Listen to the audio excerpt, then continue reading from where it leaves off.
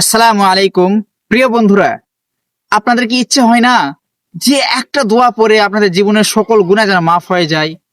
যে গুনাহ যদি পাহাড় সমান পরিমাণে হয়, এই গুনাহটা যদি একদম এত বিশাল আকার ধারণ করে যে গুনাহের কোনো শেষ নাই এরকম অবস্থা, তারপরেও এই একটা দোয়া, একটা কাজ করলে এই পাহাড় পরিমাণ গুনাহটাও কি নিমিষেই একদম শেষ হয়ে যাবে। আল্লাহ পাক রব্বুল আলামিন আপনাদের সকলকে জীবনের সকল গুনাহ থেকে একদম মুক্ত রাখবেন। এই ধরনের কি আমল জানতে ইচ্ছে করে না? যদি ইচ্ছে করে তাহলে আজকের এই ভিডিওটি অবশ্যই মনোযোগ দিয়ে শুনবেন। আজকে আমি আপনাদেরকে এমন এক দোয়ার কথা বলবো যে দোয়াটি যদি জীবনে আপনারা একবার হলেও পাঠ করেন, হাদিসে আসছে আপনারা যদি দিনে পাঠ করেন রাতে মারা যান, তাই রাতের আগে আপনাদের জীবনের গুনাহ মাফ হয়, আপনারা বিনা হিসেবে জান্নাতে যেতে পারবেন।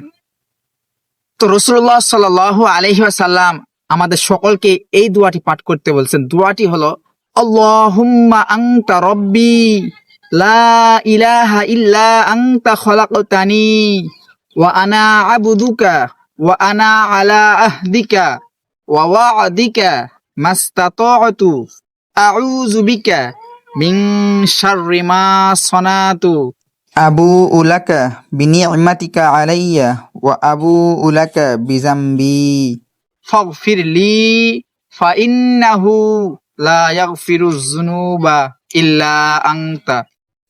প্রিয় বন্ধুরা, এই যে এই দোয়াটি পড়লাম, এই দোয়াটির নাম হচ্ছে সাইয়্যিদুল ইস্তেগফার। আপনি কি জীবনে কখনো এই সাইয়্যিদুল ইস্তেগফার পাঠ করেছেন? পাঠ করে থাকলে অবশ্যই কমেন্টে জানাবেন।